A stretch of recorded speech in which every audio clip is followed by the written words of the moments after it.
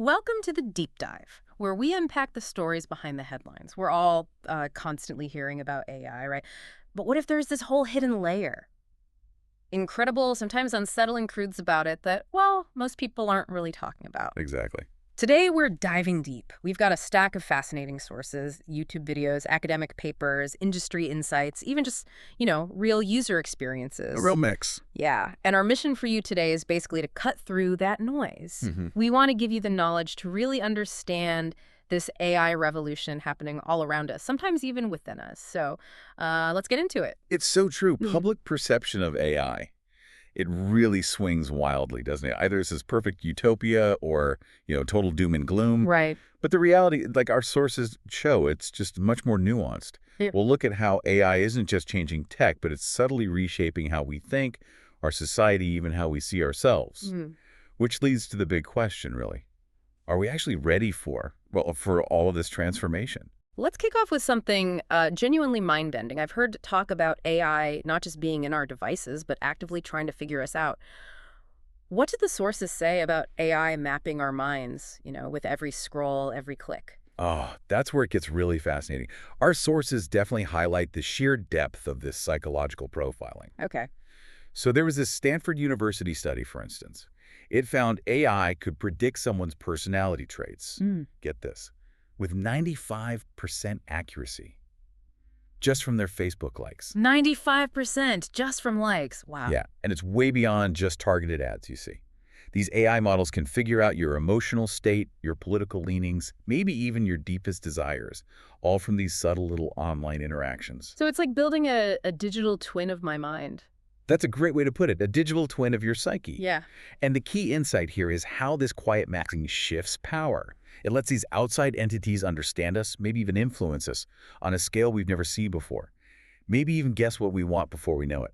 That's a chilling thought. A digital copy of your mind being built without you even knowing. But it's not just about individuals, is it? The sources suggested this silent takeover is happening higher up too. Like while we're busy with chatbots, there's another kind of AI reshaping things, making huge decisions. Absolutely. Connect that to the bigger picture, and you get what we could call the unseen architects of tomorrow. Unseen architects, I like that. Yeah. AI systems are increasingly guiding policy in boardrooms, in government offices, Yeah. all over the world. Like what kind of policies? Oh, everything. Urban planning, climate change strategies, even major economic policies. Think about China's AI economist. It simulates millions of scenarios to help guide national strategy. Okay. Or Amsterdam, back Yeah. in 2022. An AI system there optimized public transport, reduced traffic by 23%, boosted public transit use by 17%. And people knew AI was doing this. Most residents, Yeah. totally unaware, Man. completely unaware that AI was directly managing their commute, which really speaks to that unseen part. Yeah. So it's not just understanding us, it's actively orchestrating our physical world. And it gets even more personal, right? This idea of AI not just reading emotions, but maybe manipulating them. Effective computing. That's the core of it, yeah. Yeah. Effective computing. It's a field where AI uses these really sophisticated sensors and algorithms, not just to interpret your emotional state from, say, tiny expressions on your face or your voice tone or even your heart rate, Okay. but also to actually generate content designed to steer your feelings, push them in a certain direction. Seriously, how effective is that? Well, research at MIT showed AI can be trained to create messages, experiences that trigger specific emotional responses with, startling precision. So imagine advertisers using that, or politicians. Exactly. Shaping how you feel about a product, Mm. shaping your beliefs, Mm-hmm. all on this deep emotional level, potentially without you even realizing why you feel that way. Okay, so AI has this incredible, almost invisible power, shaping our minds, cities, emotions. But let's pull back the curtain a bit, because the source has also talked about a darker side, a more fragile side. It's not perfect, and sometimes it's actually dangerous. Indeed. A really big concern is the built-in limitations of these large language models, LLMs, the tech behind things like ChatGPT. Right. What kind of limitations? Well, there was this recent study, MIT, Harvard, Cornell. They found that while these LLMs could give almost perfect driving corrections, like 100% accurate, Okay, sounds good so far. the maps they were using internally, when the researchers extracted them, they were full of streets and routes that just didn't exist. Yeah. Fake streets. Wait, hang on. Perfect directions. Using a fake map. What does that actually tell us about how it thinks? It tells us its intelligence can be incredibly brittle, almost like a facade sometimes. Because when it faced something unexpected in the real world, Hmm. like a sudden road closure, a detour, the LM's accuracy just plummeted. Sometimes it failed completely. One of the researchers, Kian Vafa at Harvard, he noted that closing just 1% of possible streets, that could drop accuracy from nearly 100% down to 67%. 67 from 1%. That is fragile. Extremely. It really highlights how brittle these systems can be in dynamic, unpredictable situations, which raises huge concerns for things like, self-driving cars, Right. or even medical diagnoses where unexpected things pop up all the time. That's doubly unsettling. And like you said, it's not just about what AI can't do reliably. It's also about what it can do, especially when someone uses it maliciously. Precisely. There's definitely a dark side to LLMs, Yeah. particularly with malicious content creation. How so? AI can turn out incredibly sophisticated phishing emails, malware, complex scams, almost effortlessly. Researchers actually showed how LLM APIs could generate keyloggers, software that records your keystrokes on the fly, Yep. and do it in a way that sneaks past normal anti-malware software. Wow. Okay. And I've seen those weird screenshots online. Prompt injection, where people trick the bot into breaking its own rules. What is that exactly? And why is it such a big deal?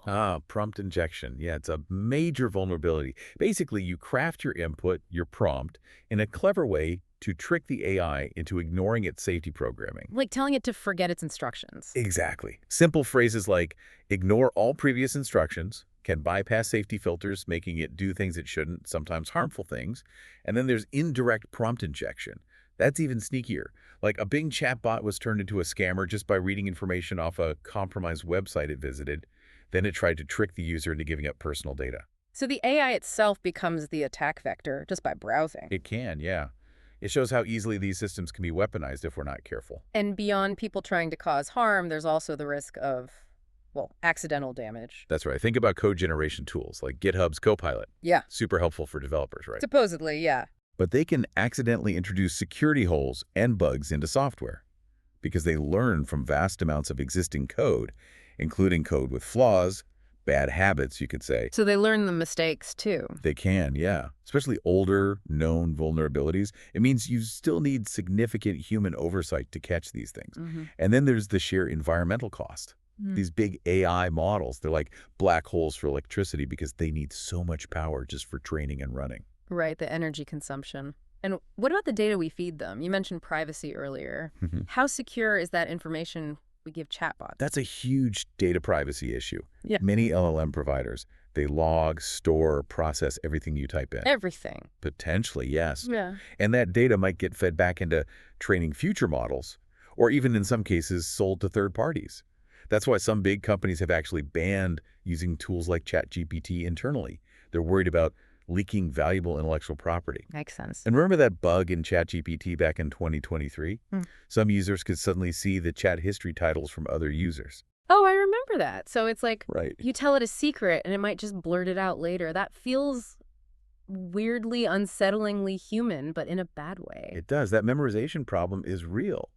LLMs can accidentally spit out private data names, addresses, access codes that they picked up from their training data. So it raises that question. Exactly. Yeah. Because there's certain things you just don't tell your AI. We're seeing people, like lawyers, for example, deliberately holding back client names or even their own deep thinking process, not just because of legal privilege, but this gut feeling, this fear the AI might add two and two together and reveal something sensitive. It just feels, well, icky. Icky is a good word for it. Yes. Okay, so beyond the tech risks, the vulnerabilities, AI is also fundamentally changing society, the economy, sometimes in ways experts warn could be really disruptive. The biggest alarm bell seems to be jobs, job loss. It's a massive concern. And yeah, our sources definitely underline it. Jeffrey Hinton, the godfather of AI, he's actually expressed regret over his life's work because of these kinds of dangers. Wow, regret from him. Yeah. And look at the forecasts. McKinsey suggests by 2030, tasks making up maybe 30% of work hours in the U.S. could be automated. Goldman Sachs goes even bigger. Potentially 300 million full-time jobs lost globally. 300 million global. And it's not just manufacturing. Fields like law, accounting. Tech strategist Chris Messina calls them primed for an AI takeover. It's hitting white-collar knowledge work, too. Those numbers are staggering. But hang on, didn't some other sources we looked at suggest maybe AI creates new jobs too? That's more of a shift. That's a fair point, and yes, there is that perspective. Some analyses do suggest a transformation rather than just elimination. AI could create new roles, needing human oversight, ethical judgment, maybe totally new creative fields we haven't imagined yet. So it's not necessarily all doom and gloom on the job front. Not necessarily all gleam, but the pace of this change. Yeah. That's the critical question. Can society adapt fast enough? Can we retrain people quickly enough? That's where the debate really lies. And, it's not just about having a job. It's about fairness, equality. AI puts those at risk, too. Right, which brings us straight to algorithmic bias, doesn't it? Exactly. It's a huge ethical challenge. Because AI models, they learn from data. And that data, it reflects our existing societal biases and injustices. So the AI learns our prejudices. Pretty much. It inherits them. And that shows up in bad ways, like less accurate medical diagnoses for certain ethnic groups, credit scoring algorithms that discriminate, predictive policing systems that unfairly target minority communities. Why does that happen? Is it intentional? Usually not intentional, but it's baked into the data and sometimes the design process. Princeton professor Olga Rizikowski pointed out that AI researchers themselves are often a fairly homogeneous population. So not enough diverse perspectives building the tech. That's a big part of it. It leads to narrow viewpoints. For example, you know how many languages there are in the world? About 7,000.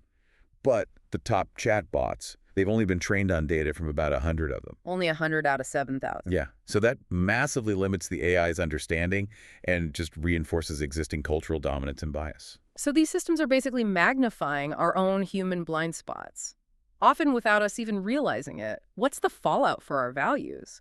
For human integrity? Well, it risks weakening ethics and goodwill, as one source put it. Pope Francis even called for an international treaty to regulate AI. He specifically warned about its power to generate plausible-sounding, but totally false statements. Things that fuel disinformation, kill trust in the media, mess with elections. The fake news problem supercharged. Exactly. Plus, you've got AI-generated content threatening academic honesty. Biased AI making critical decisions about who gets a job, who gets a mortgage, maybe even who gets political asylum. These aren't just tech glitches. They hit the core of a fair society. And this leads to something even more profound.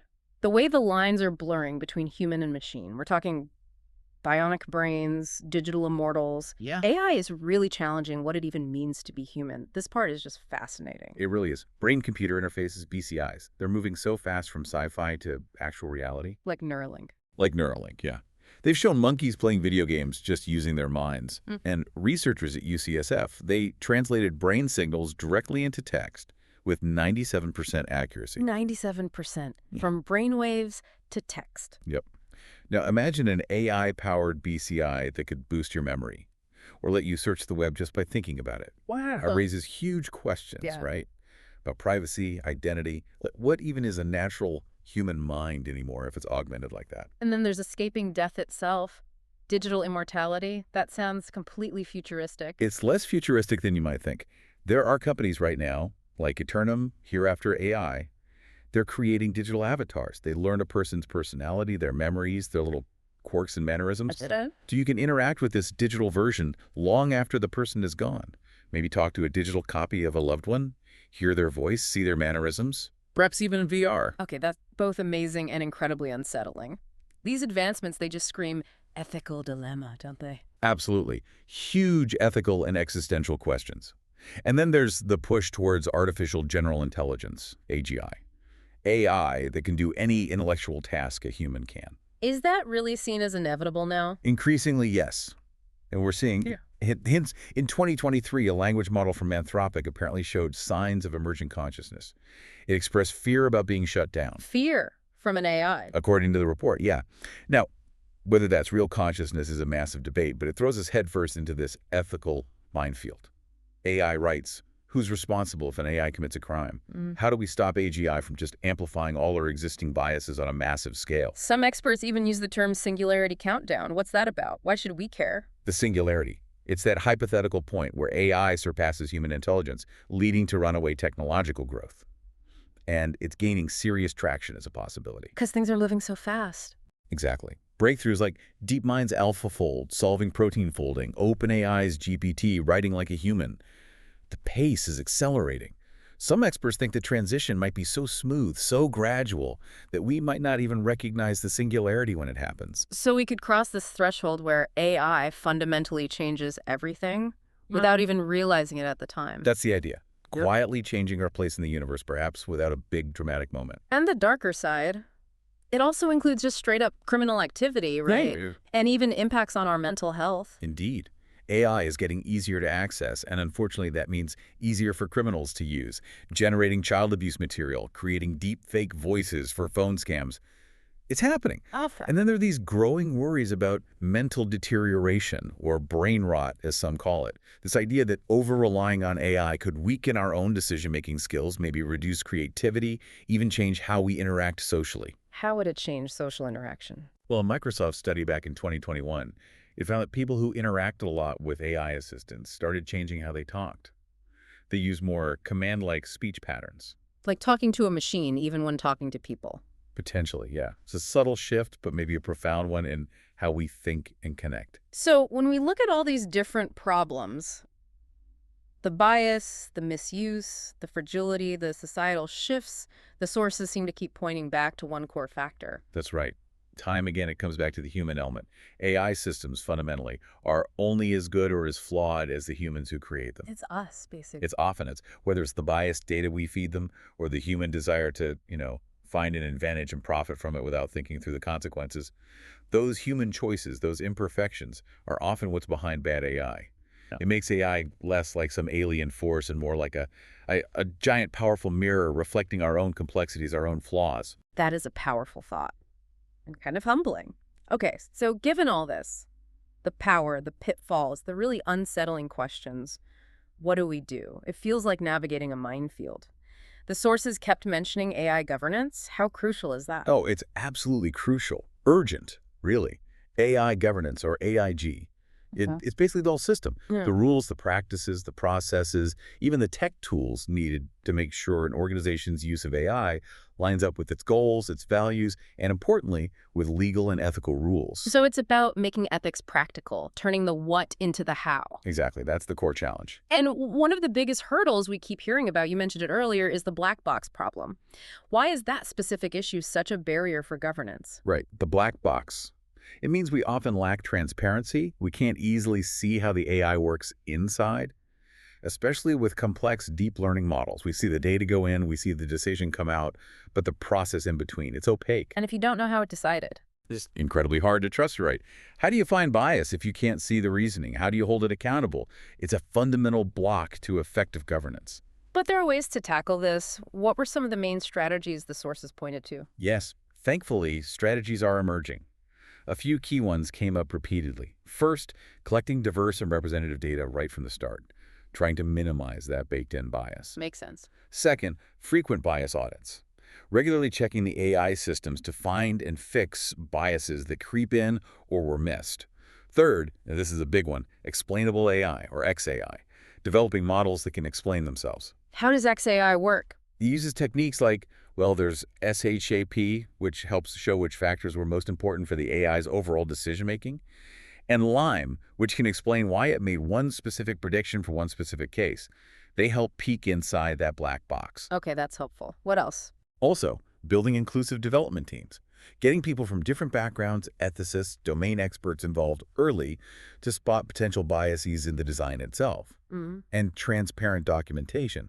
Things like Google's model cards, documents that clearly state what the AI is for, how it was tested for fairness, what its known limits are. So laying it all out. Exactly. And then there are technical methods for bias mitigation in practice, like adjusting data or decision thresholds to make outcomes fair. Okay, so lots of tools and strategies, but who's actually responsible for making sure all this happens? Just the tech companies? Or is it broader? That's a really important question about stakeholders. The research points to a whole range of people. Internally, you've got managers, developers. Externally, clients, the public, governments, professional groups like IE and ACM. So everyone has a role? Ideally, yes. But there are definite power imbalances. Tech giants obviously have a huge amount of influence. That's why genuine cooperation, dialogue between all these groups, it's essential if we want to build public trust and ensure real accountability. And is the law keeping up? Regulation?